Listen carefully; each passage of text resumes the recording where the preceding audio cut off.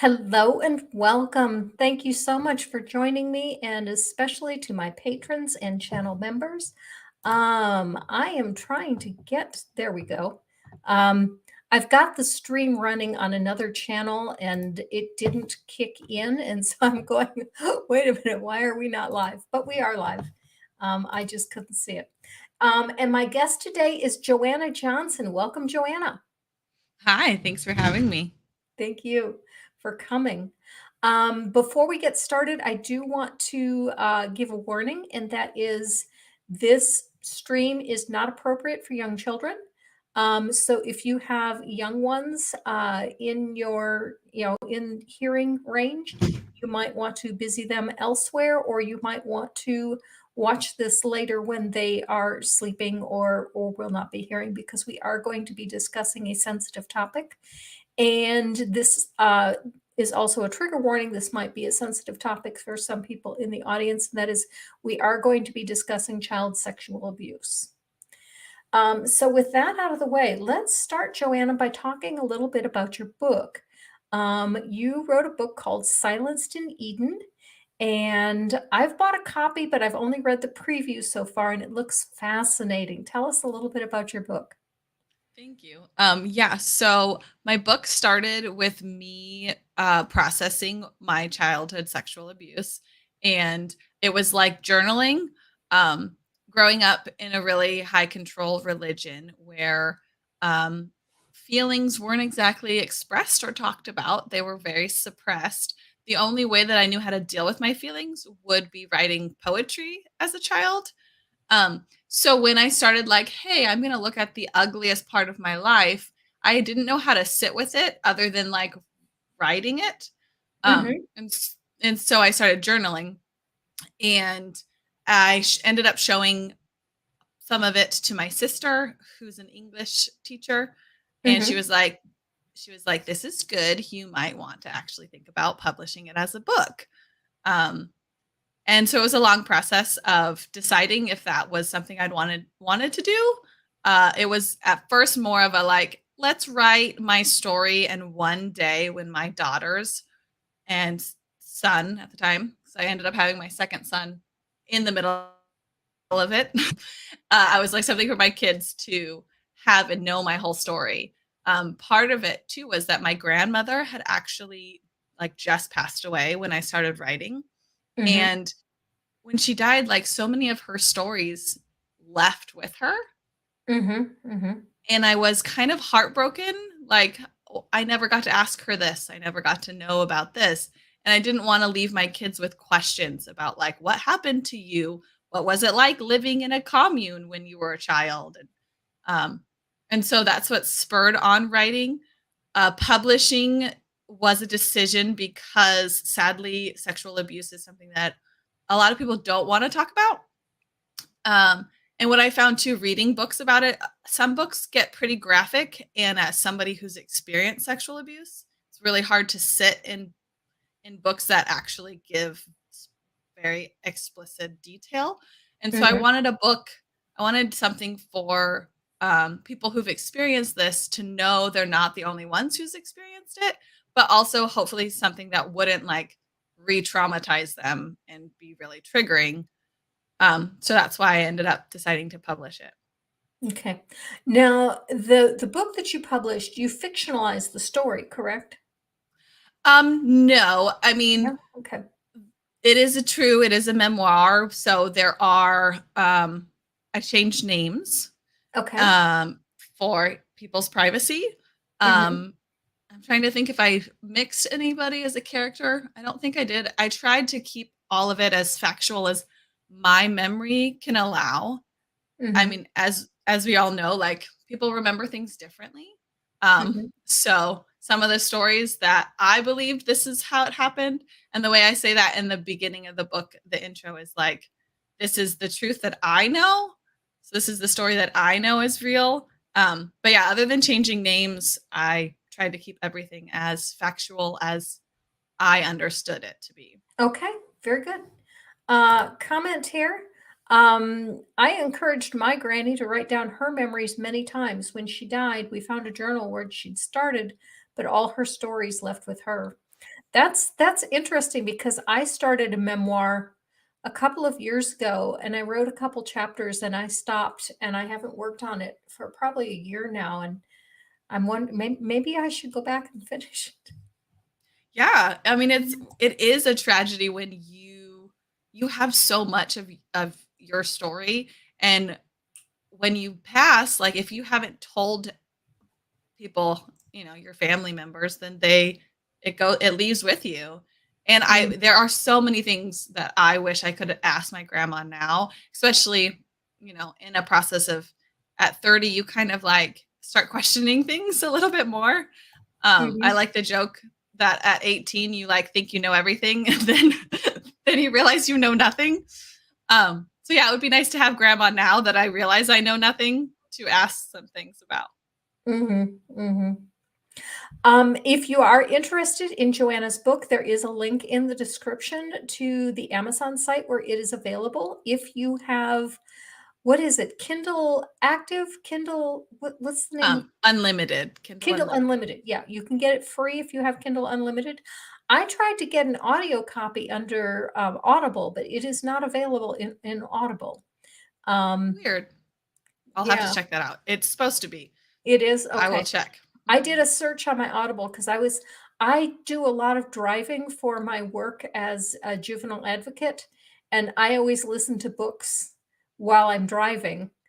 And I find I can drive a lot better when I'm listening to a book because, like, if I'm not listening to anything and I come to a train or a long red light, I get frustrated. I want to go. I'm not doing anything. But if I have a book to listen to, I'm like, okay, I can wait for the train. I've got my Right? book. Right? It keeps you in a state of calm. It keeps your mind Hmm. occupied. Yeah. Yep. Yep. I'm also less likely to get sleepy while I'm driving if I'm listening to a book and concentrating on the book. Yeah. Podcasts can do that too sometimes. You Mm. find a good one. Mhm, mhm. That's what my son does. That's what he downloads. He lives in Auburn, and he comes home about once every 3 weeks, and so whenever he drives home, it's a 3.5-hour drive, and he always, "Okay, gotta download some stuff for the drive." Right? That's a long drive. When my husband and I moved from California to Florida, we Wow, that's a found, long move. yes, with 5 kids in tow. So kind of crazy. Um, but we found Mars Hill, the rise and fall of Mars Hill. It's a podcast all about Mark Driscoll. And so much of that podcast resonated with our story of just religious abuse. And so that was like we survived the road trip because of that podcast, because we Mhm. probably would have killed each other in that long of a ride with that many kids. So yeah, podcasts can be great. Okay, now you have a fascinating story, having grown up in a commune in a very fundamentalist religious group. Tell us about your story. Yeah, so my grandpa in the 70s, like we all know the Jesus movement. Or That's what most brought of me you to Jesus, was that Jesus movement in the '70s, yep. okay. So in a roundabout way, me too. um, m- so my grandparents were Catholic, Jesus movement. They were born again Christian. Um, when they were Catholic, they were actually alcoholics. And then became Christian, started ministering to young people and doing like a Bible study, I think is how it started. And then eventually these young people would move in with them. They couldn't take them all in their 3-bedroom house. So they ended up buying a property and putting trailer, like they had a church building, a house, and they would just have trailers. And so we all just started living on a property. My mom was like 16. My dad was 18 or 19 and was one of the young people who just came to live with them. Uh, and that's how, eventually they get paired up. Here I am. Um, and when I was 4, my grandpa, who was the leader, passed away. And so by the time I was 6, the land had been sold. It was all had dissolved. So like I don't have a lot of memories about the commune. Um, But it was interesting because it wasn't a family structure as in mom and dad and kids. It was mom, dad, auntie, uncle, Fred, Bob, Mhm. everybody. Mhm. And everybody was able to parent you and everybody was able to keep you in line. They had a school that was the church building was a school Monday through Friday. So those who were school age would be schooled there. Like nobody really left the 5 acres. Um, and again, I was 6 when it dissolved, so like I didn't actually go to the school. Uh, but I know that I believe in school, like they would do punishment because that the teacher was just like a parent. Like it was very enmeshed where it was hard to know which parent was your parent, who was aunt, who was mom, uh, Mm. and grandpa was the one that everyone would go to for kind of final say on what they should be doing with their lives. Mhm. Mhm. Was it very controlling? Did your Uh, grandpa control all of the adults in the group? so control is such an interesting thing because if you do it well, no one will know they're being controlled. Yes.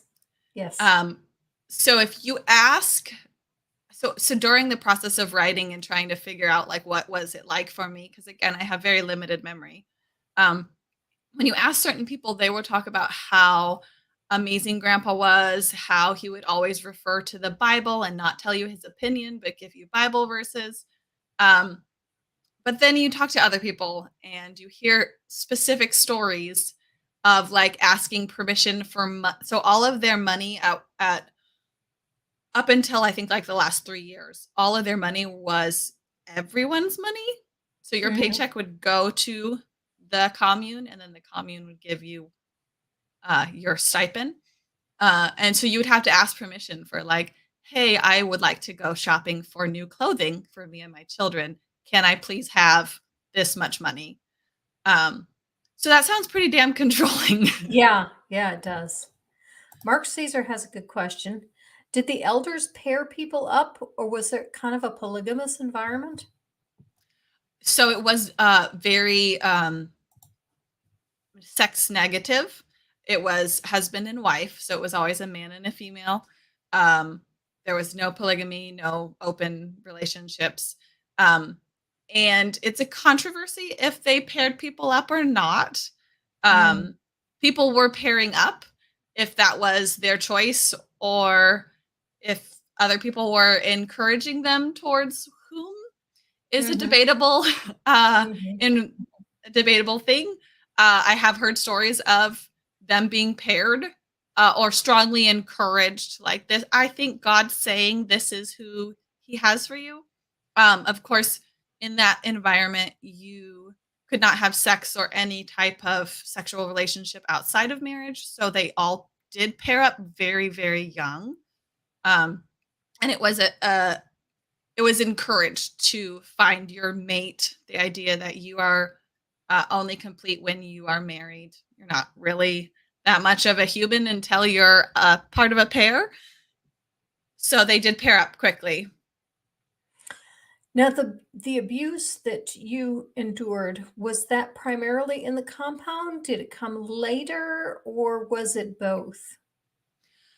So it happened right around the dissolving of the commune. Okay. So one of the families at the commune, whom again the relationships are all very entangled. So this person's mom was like an aunt to me, even though there's no blood relation. And so there was a 13-year-old boy who I found out later had been abusing girls since he was like 5.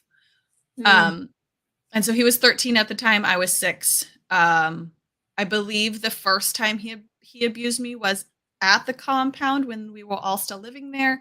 And then there was a couple months where we had lived in different homes and it still happened in other homes. But because of the relationship being like they were family, it felt like a family member. Mhm. Mhm. Now, after the breakup, Was your family still close to his family? Yes. Um, when so my I was lucky enough for it to be reported.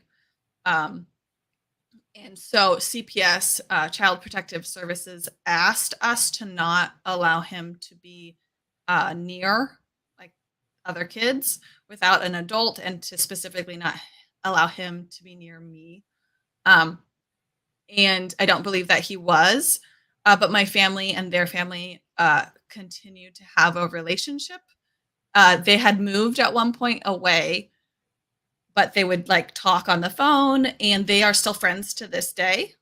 So his family and my family still are connected, which is hard to.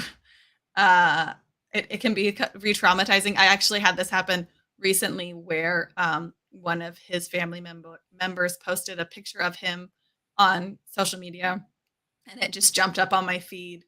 And if anybody has been gone through what I went through, sometimes the face of the person who abused you can be very triggering. And so it just like popped up, and I'm like, oh, okay, like, whoa, that threw me. um, so he's not in my life, but the connection is still there. Now, did you tell an adult what was going on, or did somebody else tell and then you were asked about it? So I told his brother, who was my age, that Okay. something had happened, and then the brother told his parents, and then his parents actually thought I was lying and went to my Mhm. parents mad. Um, and then my mom asked. It's one of those things, right, where CPS paperwork says one thing. I've heard other things. I'm not sure what part of the stories have been polished to look a little bit better. I do know that CPS was called. I also know that church elders had sat down with him to talk to him about if it was to get him to confess and ask for forgiveness. Um, I'm not sure which came first. Okay. And of course, if he asks for forgiveness, that's the end of it as far as they're concerned. Yeah. Exactly.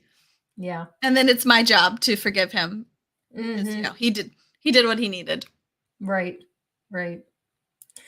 Okay, fast forward, you're in high school or maybe early college. Are you still a fundamentalist believer at that point? Yes. So, if you read my book, you'll learn that after the incident at 6, I completely repressed the memory. I had no idea that I was sexually abused, until I'm 16, and I'm in a charismatic church and get baptized in the Holy Spirit, aka speaking in tongues, glossolalia. Um, and I have my first flashback of the event. So I was very gung ho, born again. I did like a campus club in high school where it was like running stuff, trying to get people to go to church and evangelize and save my campus. Mhm. Uh, Mhm. yeah, all the things. I can um, relate. I did the same thing in college. and I have one story I tell about a kid. We had a kid commit suicide on our campus, Mm, and him and I were in a class together. mhm, Uh, and as this believer that was so convinced that there was an eternal punishment and eternal heaven, that I felt so much guilt for somehow not being able to save him, and that now he would be tormented forever. And what could I have done more? So that like weighed on me a lot as a young adolescent. mhm, mhm, I tried really hard to do everything perfectly and save everyone around me. And it very much was out of like a love. Like I'm extremely compassionate, and like feel other people's feelings real easy, too much sometimes. um, so you can imagine what the idea of a literal hell could do to somebody who like has so much feeling for everyone else. Okay. Um, and at that point, I take it, well, obviously you must have really believed in all of what it was being taught in the church at that point. Oh yeah. Everything, I swallowed it whole. I swallowed the pill of like, as a woman, your job is to support a man, Mhm. very specific gender roles. I it cringes me now, but I remember praying that a gay friend would be like saved from being gay, Mhm. because Mhm. I was told that that's what like there is so it this is how you have to be. So anything else needs to be cut away, prayed away. Um, so yes, I believed it all. Very fundamentalist, very black and white thinking. And there were certain things like that, like this specifically, you know, the idea of literal hell for somebody who was just a kid in too much pain that didn't have healing, and shame for being the way that you are. Um, Mhm. all those things would weigh on me, and I could tell that I wasn't comfortable with them, Mhm. but I didn't have language for that, and I didn't have like any other way I was allowed to view it other than like, oh, God needs to fix this for me. I better pray for it. Yeah. Purple brings up a really good point, and this is one, I felt the same kind of thing, not for someone that committed suicide, but basically anyone that I met that wasn't a believer, that I couldn't convince them to be a believer, was the I should have saved him. It must have been perpetual torment. And it was for me as well. And I never stopped to think until I was an atheist that, hey, if there's really a God that cares about what people believe, shouldn't the God be doing something about it? Why is it my job to Yeah. get people to believe in you? Right. Why is this on me? Why is this my burden to bear? Yeah, the line I use in the book is that the belief in a literal hell was hell for me. Mhm. Like it was tormenting. And that brings us right to Nadia's comment. Hell is already child abuse, even before that sensitivity. I'm so sorry that happened to you. Thank you, Nadia. Yeah, the idea of hell is uh child abuse. I mean, you're literally telling, this is one thing I've come to more recently, is you're telling me that by being who I am, I naturally deserve punishment. And not just like a spanking, which happened, but eternal torment, fire. Like he gets in the Bible, they have like graphic gnashing of teeth, right? Like, wait, so I deserve that? And then we wonder why Christians can suffer from like suicidal ideation and Mhm. like Mhm. wanting to punish. One thing I struggle with would just be like um thinking about like self-harm ideation. Mhm. But I'm like, oh well, that makes sense, right? Because when I was a child, anytime I did anything wrong, my body would be given pain. I would be spanked. So then for me to feel guilt and then want to cause my own pain, hello, you created that pathway in my brain. Not really my fault. Mhm. Mhm. Um, the I've lost my train of thought. Sorry. Okay, If I happens to all of us. Yeah, yeah. Um, so when did it oh, I know one thing I wanted to ask you was, did you believe in biblical inerrancy? Yes. Okay. Because that was the thing that eventually broke my faith, was as soon as I realized the Bible wasn't inerrant, because inerrancy was drilled into me, it just collapsed the whole house of cards for me. What age did you start to deconstruct, and what caused the deconstruction? So um I remember at one point learning about the other books of the Bible that weren't in the Bible, right? The books that like were purposely not allowed in the Bible, and that there was some like Book of Mary and Book of, and I'm like, wait, what? That's confusing. So that was one thing that started me wondering, like, how was the Bible, if this perfect Bible compiled? And then Mhm. the other big one was the first like card of the House of Cards was the idea of a literal hell.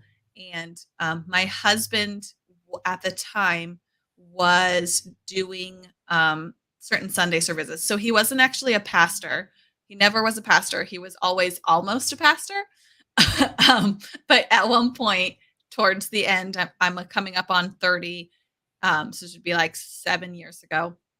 He decided to do a deep study and he starts studying hell. And he comes to the same realizations or thought that Rob Bell comes to in Love Wins. And he's like, Mm. oh, maybe hell was not any, like, isn't actually biblical. So if the Bible's inherent, maybe we're misinterpreting this because it doesn't sound like there's actually a hell. Mhm. Mhm. And that gets to the point that I was trying to remember that I had forgotten was we're supposed to be God's creation. You know, if we are deserving of hell for being what we are, and God made us what we are, why did God make us this way? Is he stupid? Does he enjoy um does he enjoy seeing torture? Or does he simply lack impulse control? He just can't help himself. Right. So then in that idea, God's like a masochist, right? He likes like tormenting and tormenting himself because he creates something he supposedly loves and then like it's gonna cause its own harm. Um, yeah, that was one thing. It's interesting. So I didn't really start like logically deconstructing until 30. Okay. But then when I look back now, the birth of my daughter, I was only 23. And I remember vividly, and I get into this in the book, when I had her and looking at her and being like, she seems perfect and pure. And how can someone say she needs someone to save her? Like, I feel like she's saving me in so many ways by like me Mm, being like a kid can heal you and show you like how it is when you're not royally traumatized. Like, hey, that's actually a better way to do life.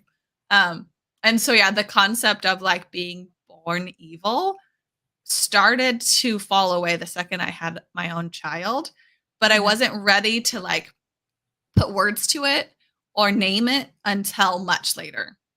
mhm, mhm. So how long have you been an atheist? Or do you So it's not kind of yeah. identify So as it's, an atheist? it's kind of funny. I struggle to identify as anything. Okay. Um, I I told my husband that I guess the closest I would call myself would be like a spiritual atheist, and then Okay. he'll tell me that that doesn't exist, and I'm like, well, Mhm, that's what I am, so I guess I don't exist. um, but yeah, I don't believe in a divine, separate, conscious deity. I believe in a collective, like a spiritual connection that we all have, a spiritual life force that doesn't have its own conscious thought. Um, and yeah, so that's kind of where I'm at. I also believe that as a spiritual being, that my spirit can help heal your spirit, and okay. that's one of the reasons why I did publish is the hope of like bringing life, love, compassion, healing to everybody else in the world that can be lacking sometimes. So I've been to answer your actual question, I've been on that path for 6 years. I think I hit that like I can't claim Christianity uh probably right around when I got my paperwork. So I'm gonna say at like 4 years ago. Okay. Okay. We have a couple of interesting comments here. First from Mr. Shadow Kitty, who says, nearly everyone I've known who suffered from childhood sexual trauma developed a degree of paranoia that drove them to radical belief systems. And then from Corringham Depot, God is like a farmer who loves his pigs, but also loves the smell of frying bacon. Oh no. That's a funny one. Okay, so now you were married, and your husband was almost a pastor. Um, so as your faith began to falter, did he try to encourage you in it, or was he on a similar journey? So we were, I like to say we were on the same path, but at different times, like he would be pushing ahead and then I would be pushing ahead and we'd like cross each other. So the beginning, it started with him questioning if there was a literal hell.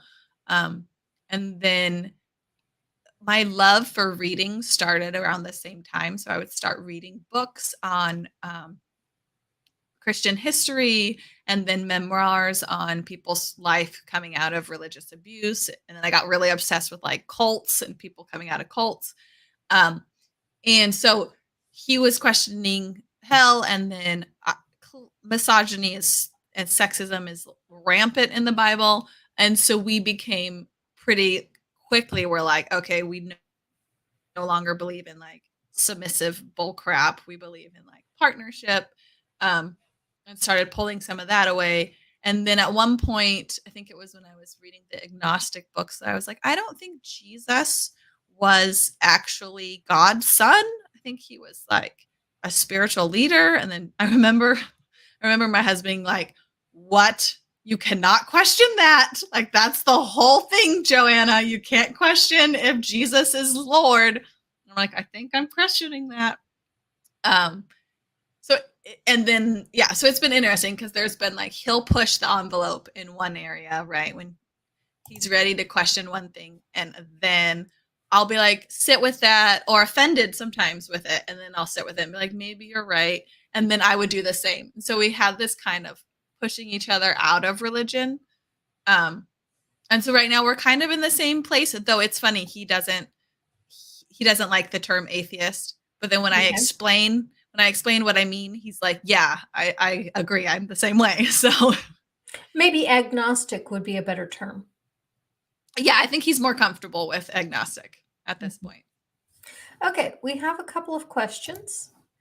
How much better and freer is your life now that you have left your faith?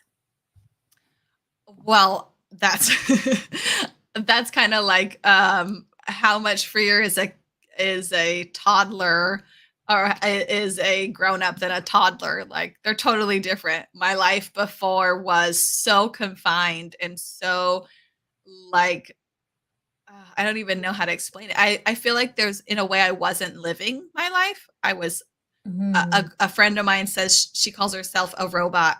She has her name and she says, this is robot. So it'd be like Robot Joe.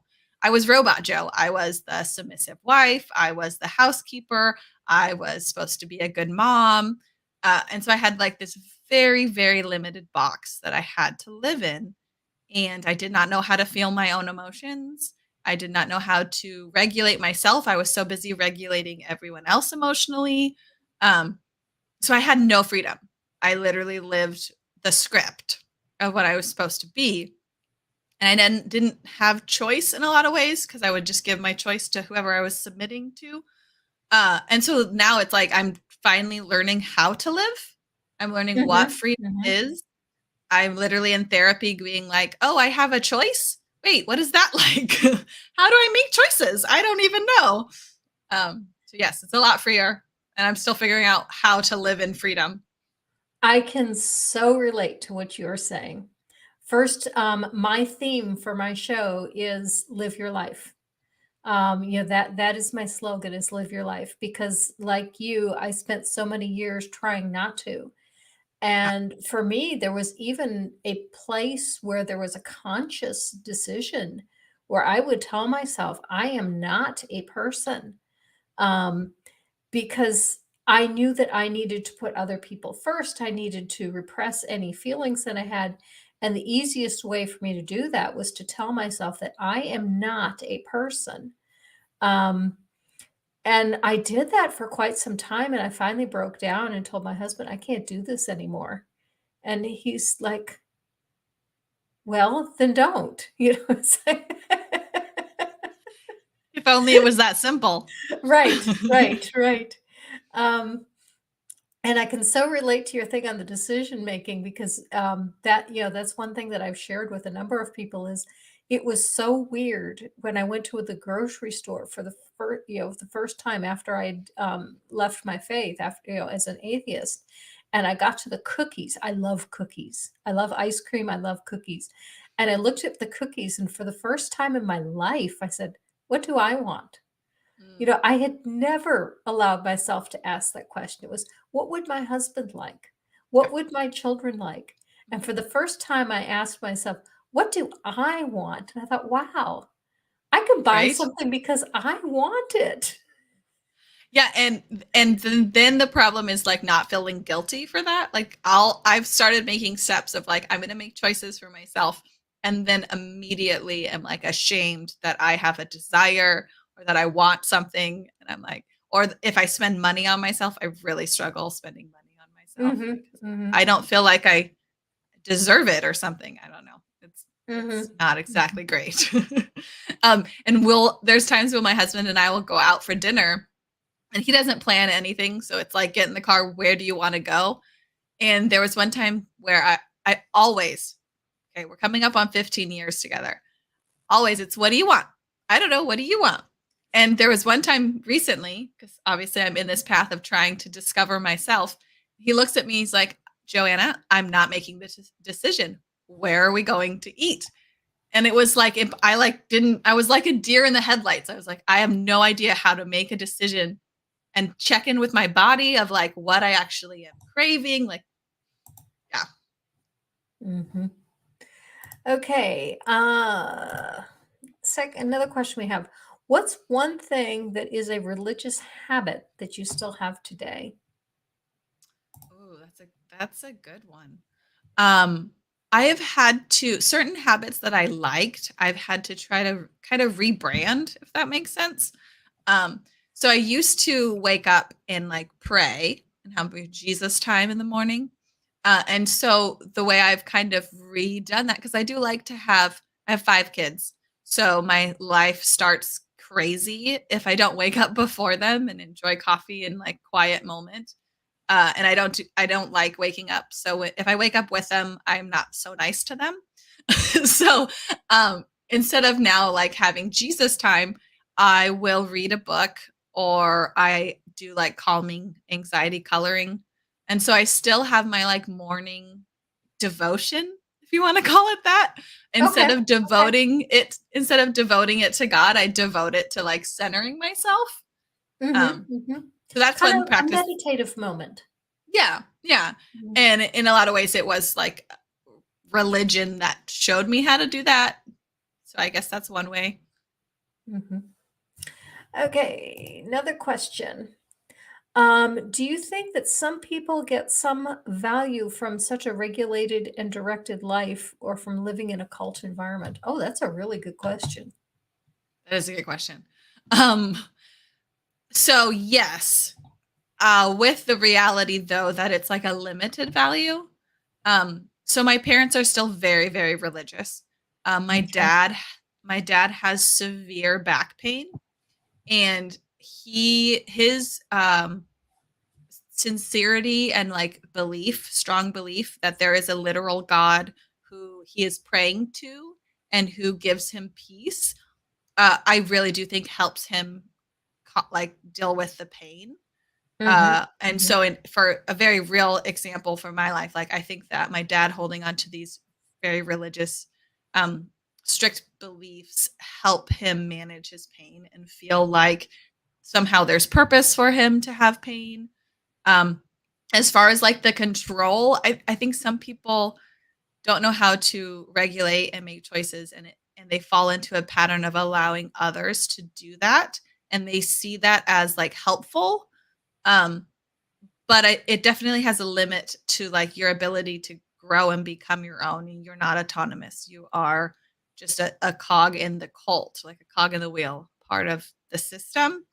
Um, so I think that sometimes it can be a way to, if you have a really terrible childhood and you have um, anger or whatever, there's some people go to religion and that's like, it's hard to explain it, but it's like a way for them to feel like, okay, here's certainty, here's calm, here's structure, and maybe they had no structure in their life before, so structure feels good.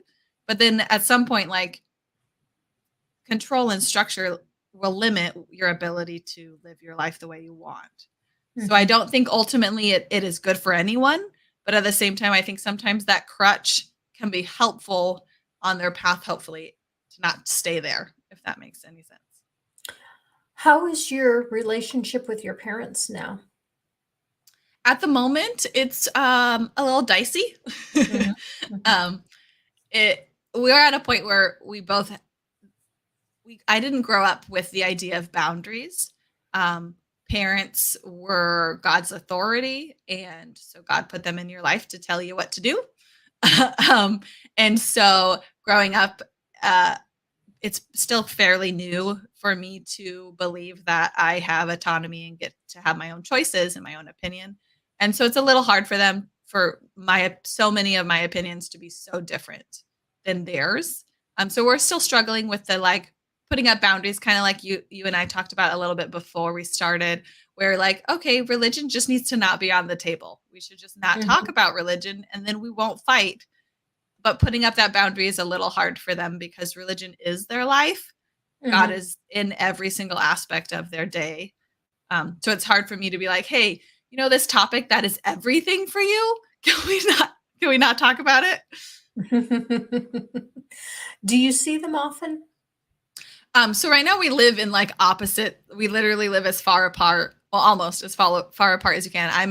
I'm in the East Coast and they're in Hawaii. Oh, So wow. Oh, wow. like, Yeah, you can't yeah. get much further apart than that. Okay. I was So wondering if life, they yeah, wanna take the kids to church and stuff like that, but obviously not. They they don't might have the see. option. Yeah, yeah. You probably do not see them often at all. No, we do try. Like, they came to visit, and we're actually planning a visit next summer to see them. So we're trying to still, like, keep a relationship alive. But yeah, they're not in the day to day, obviously. Mhm, mhm. Okay, we have another question from Mark Caesar. Do you see, let's see, does Joanna see also that parents were victims of a cult, so they should be given some leeway? Absolutely, Mhm, absolutely. My parents are, um, the culture around you cultivates who you are unless you decide to challenge it. Um, mhm, and that takes a lot of courage and healing and ability to challenge what is normal around you.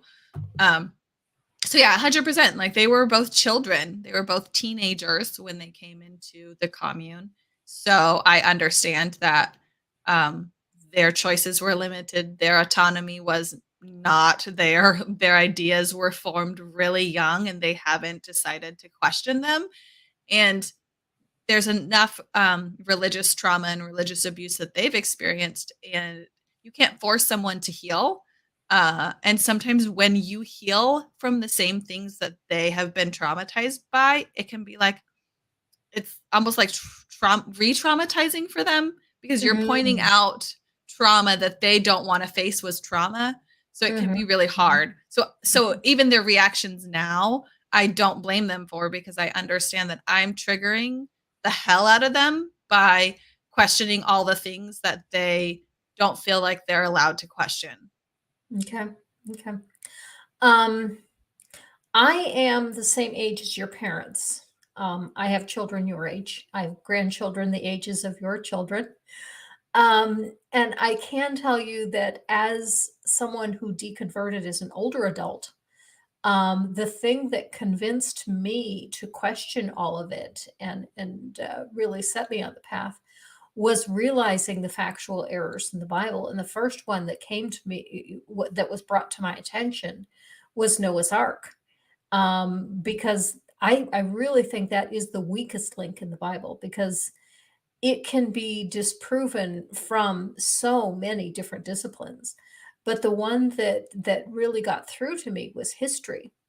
When I heard Aaron Ra say that we know that Noah's Ark didn't happen because of history, and suddenly for the first time it clicked what he was saying and what I knew of Noah's Ark and what I had learned in high school about history, that, you know, there was the Chinese culture, there was the ancient Indians, the ancient people in South America. And nowhere in any of these studies of ancient history did we ever say, okay, and then the whole civilization was wiped out and nobody lived there for a couple of hundred years, and then more settlers came in. And even more importantly, you know, if there was a global flood and everyone in China was wiped out, and 100 years later, you know, a few people start wandering over toward that region again, so it's going to be another 100 years before they start settling it again. And then they copy the exact same art style, and they have the same language that they did before this flood. How does that work? Yeah, And no, doesn't make sense at all, right?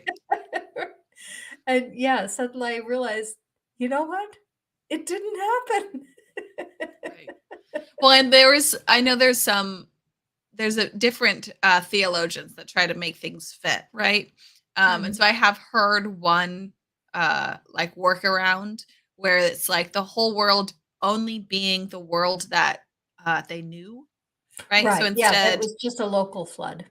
exactly, it was the world that they could like the world that that was their world, right? So if something happened to my world, it would be like the whole East Coast of the United States, which is very specific. It's not the whole world, but in my mind, like that's my world, right?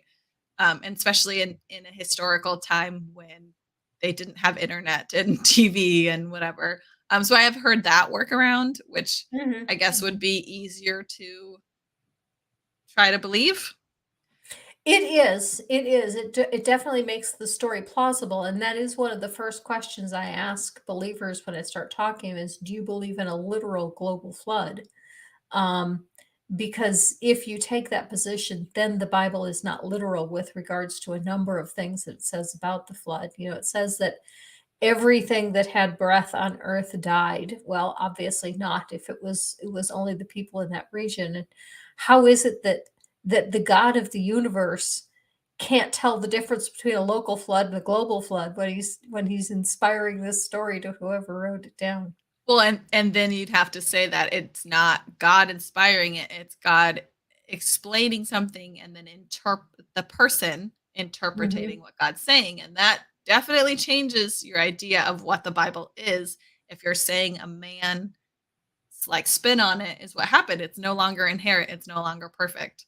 Mhm. Mhm. Okay, so um was there a point at which your husband decided that he no longer believed, and was it pretty much the same time as you did? How did that come about? Um, so we kind of like our transition was very like slow and we deconstructed we were blessed with deconstructing at the same time as COVID and Mm, moving. So we lived in Hawaii and he actually was he finally was offered a church. So when we were dating, we both believed that we were called to be pastors. Um, while we're dating, we end up having sex before marriage, guys, the worst sin in the world. And so we're no longer like worthy of being pastors. mm, Uh, so wanted, well, for me, actually, I wanted to go back, like be redeemed. I wanted that to be redeemed because I believed that that was the call of God on my life. Again, I was extremely sold out, like this was my whole life. Um, so we spend years me praying that we would be able to go back to our calling and become pastors. So the funny thing is that he's literally offered a church when we start questioning things. mhm, Um, and we both like look at each other and like, okay, well, do we want to be pastors now? Like now that we're actually offered it, is that something we want to do? And we both have very like I have a very big heart for people. And we were talking about like we could do a homeless ministry. We could do like we had all these things that we'd wanted to do to give back to the community, and churches are supposed to be part of that. Um, and so we went to the church elders and we said, like, this is how we want to do it. And they were like, hard pass. We want to do church like everybody else does church. It's all about Sundays. Um, and Uh, so we decided like we can't. Church is so fake if they don't actually have a heart for people, and we can't do church. And that was like a very big like maybe all church is this facade that we now see is the church that we're being offered. Is this fake idea of just like show up in your nice clothes, tell us something we want to hear, and then we'll all go home. And then tomorrow and next Sunday we'll do the same thing. Um, and so that was the first like click of like, church is messed up. I don't think I Mhm. like church. Why would I want to be a pastor if church is this? Mhm. Um, Mhm. and so shortly after that, we ended up moving back to California. We both grew up in California. And so it was kind of this interesting, like, okay, well, we're moving and we're not sure if we believe that church is actually doing anything useful or helpful or life changing or community building. We probably don't even really want to go to church. And so we were blessed with like we moved. And so now we had this scapegoat of like, oh, we're finding a church. Just happened to Mm. not really be looking. um, and so that was kind of like, so again, it was a very slow progression of like, okay, so we had certain things in life happen to make it easier for us to just kind of fall away. Mhm. Um, and I remember having a conversation with a family member where they like confronted him. They're like, you're not actually seeking a church. You're not really going to church. What's wrong?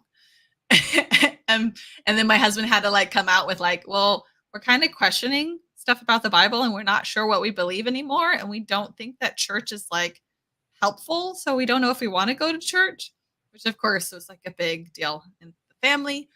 Um, and and then we came to a point where we were like starting to question if Jesus, what like the Bible's clearly not literal, but maybe kind of like a progressive Christian, like maybe there's Mhm. truths in here somewhere. Maybe, whatever. And and then finally we're kind of like, no. And for me, a lot of it had to do with the injustices that Christianity has done and seeing like how Christianity was weaponized to uh, encourage racism and slavery in our country, and how Christianity has been used to keep women without power. Part of our Mhm. story was the church that we were being asked to lead was the Calvary Chapel, and they don't have women on elder boards. Women are not allowed to preach at the pulpit, and I was like in a different in other churches I've done sermons. Um and I enjoy clearly I enjoy like talking and sharing with people. So the idea that like I could never step foot in front of a pulpit, and if I write a sermon or have inspiration, I would have to have my husband's voice be the one speaking it, was really like I was like I don't think I can do that. I don't think I can be okay with continuing this bullshit of women are in the background and they can have great brains and they can have great words, but they can't speak them. A man's got to do all the speaking and the man's got to be the one in front. And then having three daughters being like, I've gone this long quiet. I am not going to let anybody take their voice. So that was a big one for me. And I imagine that has something to do with the title of the book. Yes, very Mhm. much so. Um, Whenever you're abused, especially sexual abuse, is the whole world goes silent. Nobody likes to talk about sexual abuse. Um, in my specific story, my abuser asked me to forgive him, knowing that if you forgive, you're supposed to like put it away. Like you forgive and Mhm. you forget. So it was definitely a way for him to silence me, to hope that I wouldn't tell anyone because I said that I forgave him. So that instance is very clearly feeling silenced. I was abused in Eden, Eden being this commune trying to be the perfect church, the perfect connection with God, just like if there was ever a literal Garden of Eden, right? God was in the garden with them, which was the concept of most churches, they want God to come and be in there with them. But yeah, the idea of how women are silenced in church is probably the main theme in my book. Okay, that leads us to a question, but there's also a question from the chat, and I'm trying to decide which one to take first. I'm going to go ahead and take the one from the chat first. Aunt Jura says, if the whole world flooded story really meant those people's perceived world, not the entire globe, what does that mean for the creation story? Joanna, you go ahead and give your answer to this question. I'd like to answer it as well. Go ahead. That is a really interesting like mind concept. Mm-hmm. I've never actually thought about that idea that Adam and Eve could have been like one holy people. And I feel like with the whole Israelites chosen, they were maybe a seed of Adam. Like I feel like that could be an interesting progressive idea of why Israel's the chosen people. Okay. There are a number of theologians that are now working on this kind of a theology. Swamidas is the one that comes to mind first, who is of the opinion that human evolution is real, but God specially created Adam and Eve in Eden, and they were the first people that were given souls, and that they interbred with the other humans that evolved, but eventually the other lineages died out, so that the only people alive today are the descendants of Adam and Eve, but at one time there were people that were not descendants of Adam and Eve. Of course, the major theology problem with that is then you've got sinless people. Yeah, they would not have had original sin because they came before Adam and Eve. And if Adam and Eve committed the first sin, then they would have to be sinless people, which would make the Bible theologically wrong on a few other points. Yeah, I was going to say that sounds like they're double binding themselves. Like that's kind of confusing, right? This idea that those people don't have the idea that Adam and Eve had souls and that other people don't have souls, but then they're breeding with each other.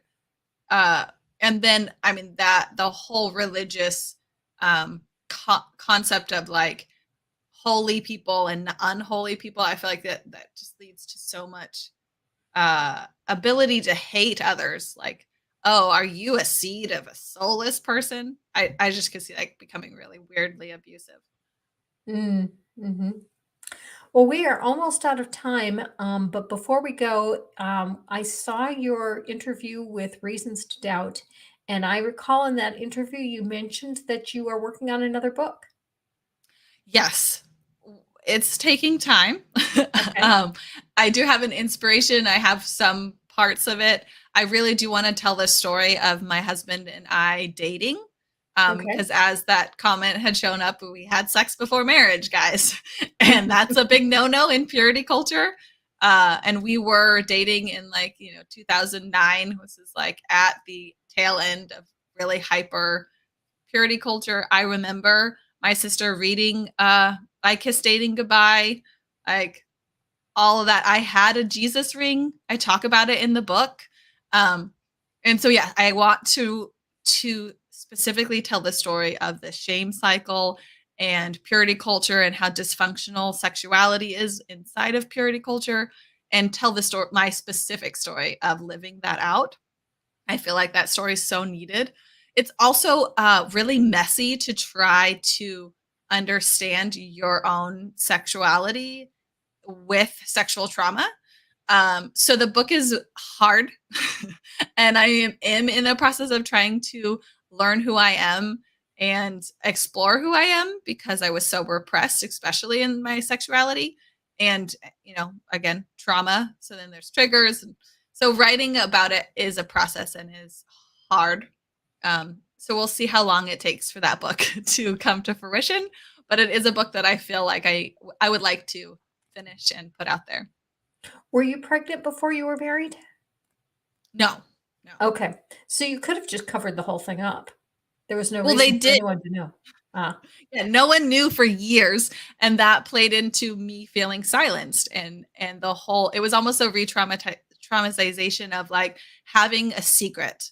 So Mhm. again, at 6 years old, I had this really big secret, and I had to end up hiding it from myself, and then starting my marriage and having this big secret and all the shame and all the so yeah, it was covered up for a bit. Not ideal. Don't do that. When you left the faith, were your children, particularly your oldest child, did they ask any questions, or did they just kind of go along with what was going on, since you kind of, kind of came with the move as well? Yeah, I feel like it was done interesting enough for yeah, like because it was life events. So for them, it felt natural to them.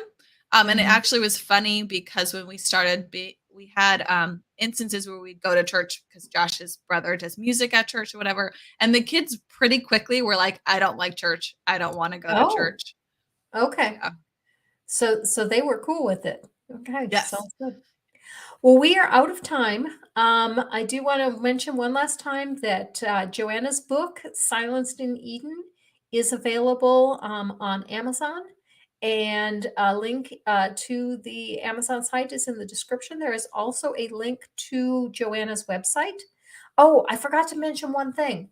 Where did you get the name The Graceful Atheist?